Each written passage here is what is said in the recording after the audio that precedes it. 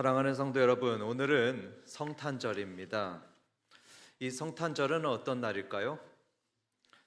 현충일 아시죠? 현충일은 나라를 위해서 목숨을 바친 사람들을 기념하는 날입니다. 그리고 광복절은 우리나라의 독립을 기념하는 날이죠. 성탄절도 마찬가지입니다. 성탄절도 하나의 사건을 기념하는 날입니다. 어떤 사건일까요?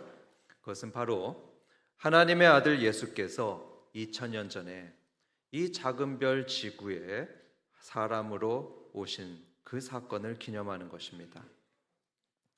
여러분 다들 아시듯이 이 예수님께서는 하나님의 아들이십니다. 보통은 그런 왕족이나 재벌 자녀들 어떤 인생을 살죠? 그림책이나 또 드라마를 보게 되면 그런 분들은 아주 부요한 삶을 삽니다. 편안한 삶을 사는 것을 보게 됩니다. 화려한 궁전이나 또 대저택에 살면서 수많은 사람의 시중을 받으면서 자라나게 되죠. 그리고 성인이 되어서는 큰 권력과 명예를 누립니다. 그런데 하나님의 아들이신 예수님께서는 어떠셨습니까? 온 우주의 통치자고 왕 중의 왕이신 그 하나님의 아들께서는 어떤 인생을 사셨을까요? 지금부터 예수님의 인생의 특징 두 가지를 말씀드리도록 하겠습니다. 첫 번째로 예수님의 인생의 특징은 아래로 향한 인생이었다는 그런 특징을 가지고 있습니다. 예수님의 인생의 특징, 그것은 아래를 향한 인생이었죠. 마치 물이 높은 곳에서 낮은 곳으로, 항상 낮은 곳으로만 흘러가듯이 예수님도 항상 아래로, 그 낮은 곳으로만 향하셨습니다.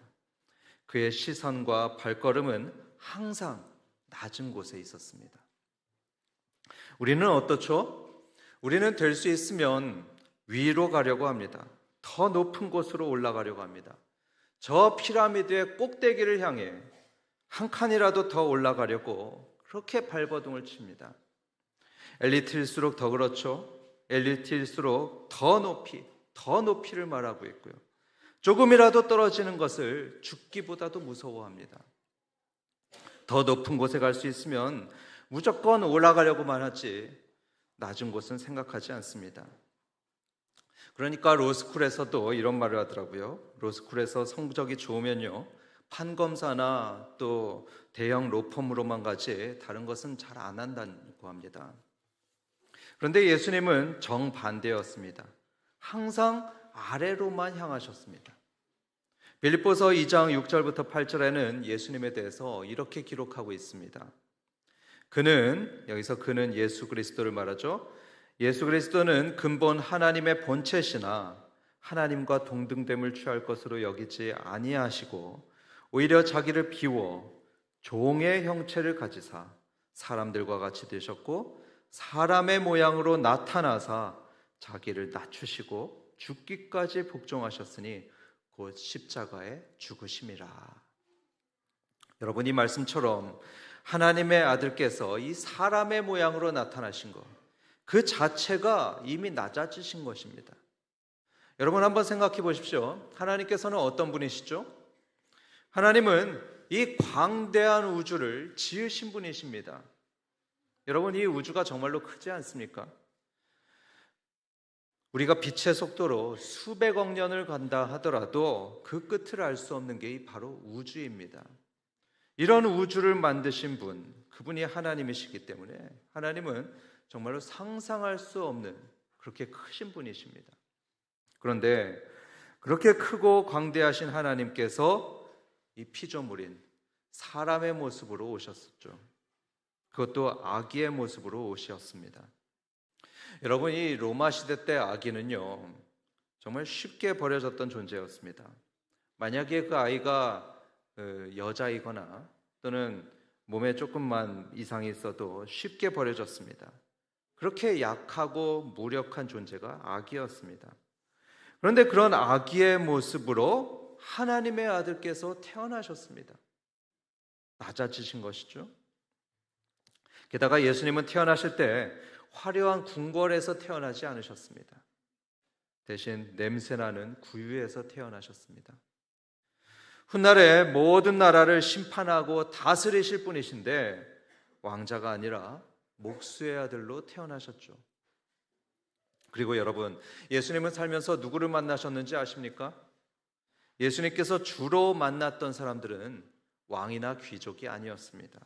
반대로 당시에 가장 비천하고 가장 멸시받던 나병 환자나 또 창녀나 세리, 사마리아 여인, 이런 사람들을 만나셨습니다.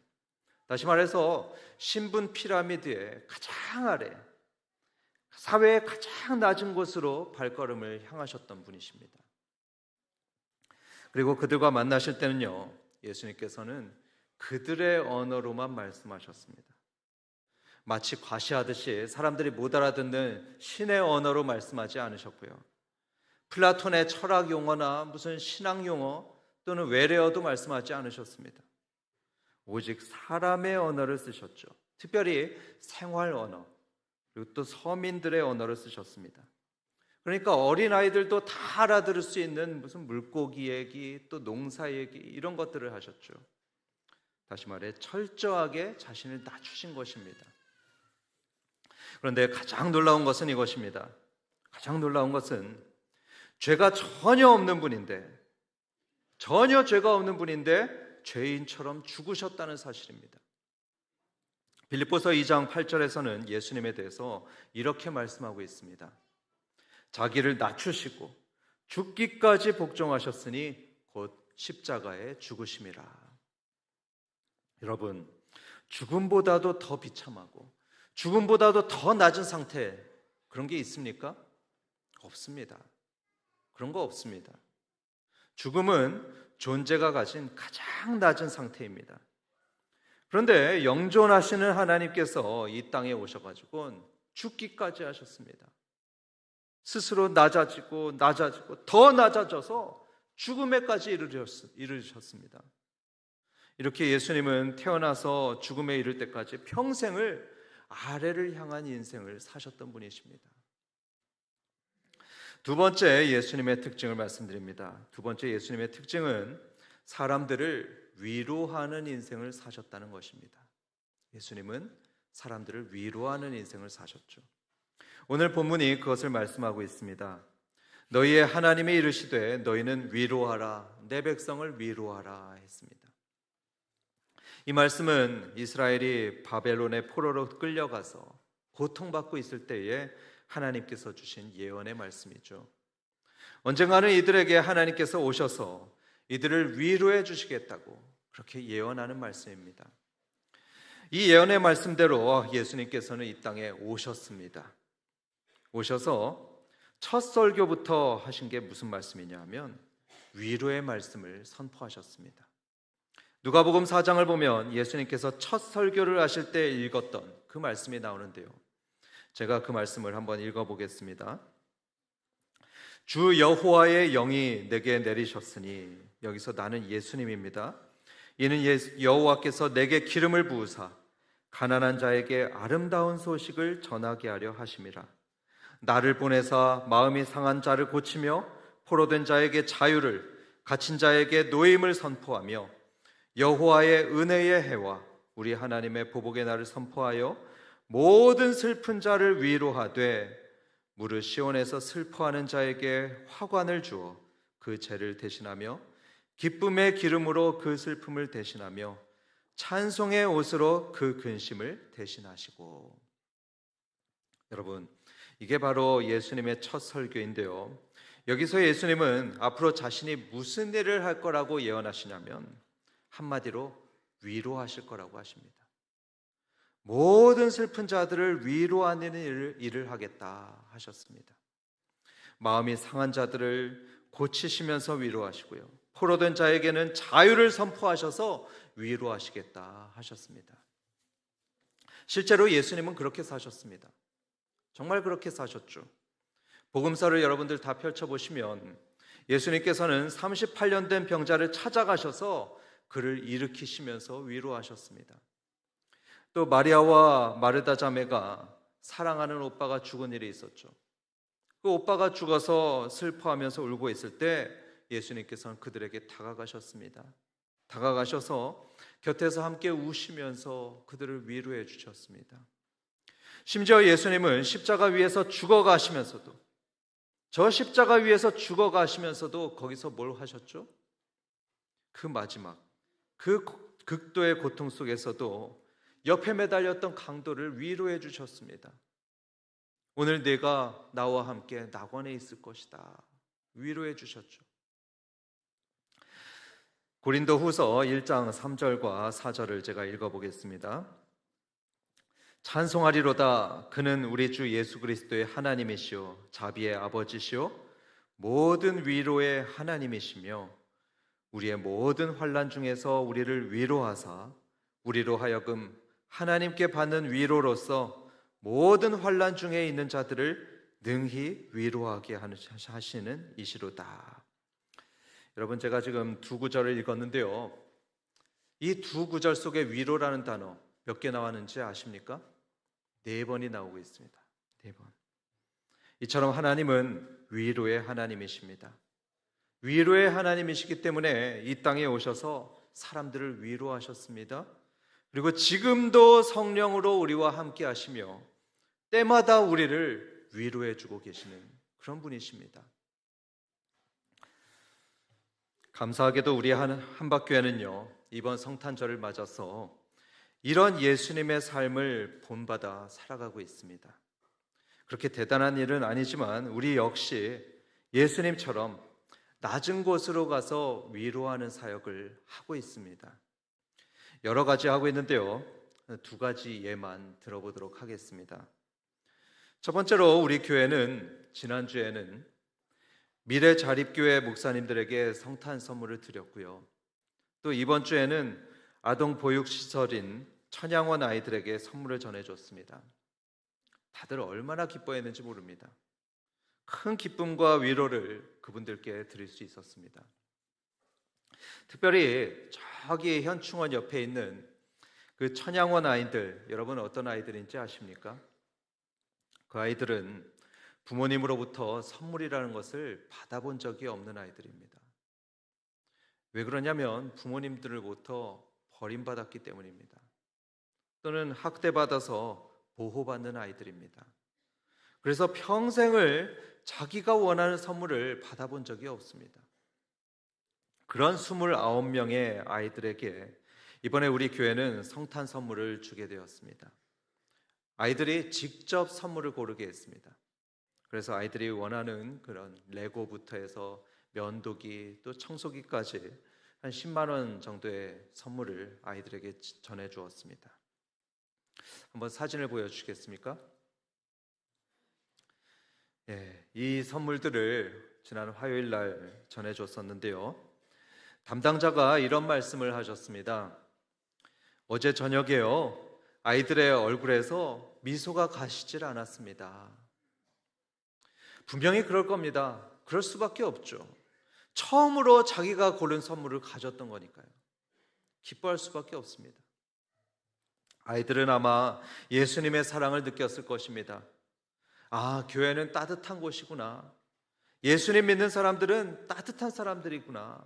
이렇게 느꼈을 겁니다. 두 번째로 이번 주 토요일에는 남전도의 연합회에서 연탄 봉사를 가게 됩니다. 연탄도 사드리고요, 또 집집마다 가서 연탄을 배달하실 겁니다. 여러분, 지금도 연탄을 필요로 한다는 거 놀랍지 않습니까? 그런데 세상에는 아직도 연탄으로 겨울을 나는 분들이 제법 있습니다. 저기 서울에도 그 강남 고층 빌딩 사이엔 구룡마을이라는 것이 있는데요, 그 구룡마을에는 아직도 연탄이 있어야만 겨울을 날 수 있는 그런 가난한 이웃들이 거기 살고 있습니다. 이런 이웃들을 위해서 우리 남전도의 연합회가 토요일에 나가게 됩니다. 그들에게 가서 위로하는 사역을 하실 겁니다. 저는 이런 일에 나서는 우리 남전도의 연합회 회원들 하나님께서 반드시 기억하시고 기뻐하시고 복 주실 줄을 믿습니다. 예수님께서 이런 말씀을 하셨습니다. 마태복음 5장 7절에 긍휼히 여기는 자는 복이 있나니 그들이 긍휼히 여김을 받을 것이요. 결론을 맺겠습니다. 사랑하는 성도 여러분, 우리 주변에는 아직도 위로가 필요한 사람들이 있습니다. 그것도 많이 있습니다. 그러니 여러분, 세상 사람들처럼 위만 바라보시면서 높은 것만 부러워하지 마시고요, 예수님처럼 낮은 곳을 바라보시기 바랍니다. 눈을 크게 뜨시고 우리 주변을 바라보시면요, 지금도 연탄으로 겨울을 나야 하는 그런 가난한 이웃이 있습니다. 지금도 학대받고 사랑받지 못하는 천양원 아이들이 있습니다. 질병과 가난과 싸우고 있는 외로운 성도들이 지금도 있습니다. 물론 다 위로할 수는 없겠죠. 다 위로할 수도 없고 또 항상 그런 일을 할 수도 없습니다. 하지만 한 명에게 또 한 번쯤은 위로를 선물해 줄 수 있습니다. 그리고 그 한 번의 위로로도 어떤 사람들은 다시 일어나기도 합니다. 어떤 사람들은 그 한 번의 위로로 눈물을 닦고 힘을 내어 일어나서기도 합니다. 그런 모습을 저는 이번에 성탄 선물을 전달하면서 제 눈으로 볼 수 있었습니다. 혹시 이 말씀이 여러분 마음에 와닿습니까? 혹시 와닿는 분이 계시다면 한번 실천해 보시기 바랍니다. 예수님의 이름으로 위로와 사랑을 전해 보시기 바랍니다. 그럴 때 여러분은 그 위로를 받는 사람들에게 작은 예수로 보일 것입니다. 바라옵기는 우리 한밭 성도님들은 모두가 낮은 곳으로 가서 위로하는 작은 예수로 사시길 바랍니다. 그래서 우리 모두의 기쁨이 더욱 충만한 그런 성탄절 보내시길 주님의 이름으로 축원합니다.